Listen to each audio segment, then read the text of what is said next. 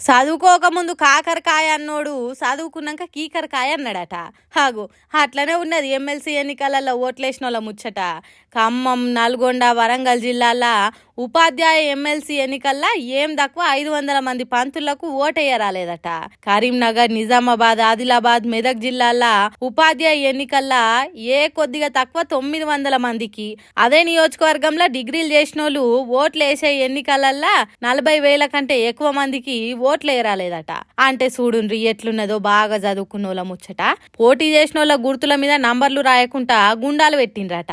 కొంతమంది సంతకాలు పెట్టిండ్రట. ఇంకొందరు ఒక్క గుర్తు మీదనే 1, 2, 3 అని నంబర్లు వేసిండ్రట. మరికొందరు కాంగ్రెస్ సర్కార్ ఇచ్చిన 6 గ్యారెంటీలు ఏమైనాయి అని రాసుకొచ్చిండ్రట. సరే, ఏదో ఓ తీరుగా నిరసన తెలిపిన వాళ్ళని పక్కకు పెడితే చదువుకున్న పంతులకు, డిగ్రీలు చేసిన పిల్లగాన్లకు ఓట్లు వేయరాకుంటే ఎట్లా?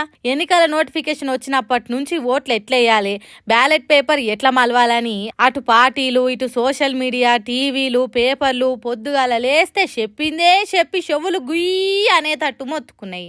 అయినా తప్పు ఓటేసిండ్రంటే వాళ్ళను పంతులని ఎట్లా అనాలి? వాళ్ళు పిల్లలకు చక్కని చదువు చెప్తున్నారంటే ఎట్లా నమ్మాలి?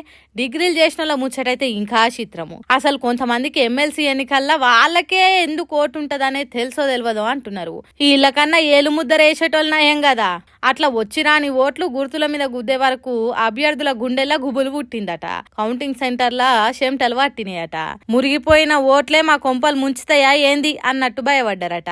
ఇగో గిట్లున్నది అతిపెద్ద ప్రజాస్వామ్య దేశంలా పెద్ద పెద్ద చదువులు చదివిన పంతుళ్ళు, గ్రాడ్యుయేట్ల పనితనం అని అంటున్నారు ఈ ముచ్చట తెలిసిన చదువురాని పబ్లిక్ ఇప్పుడు.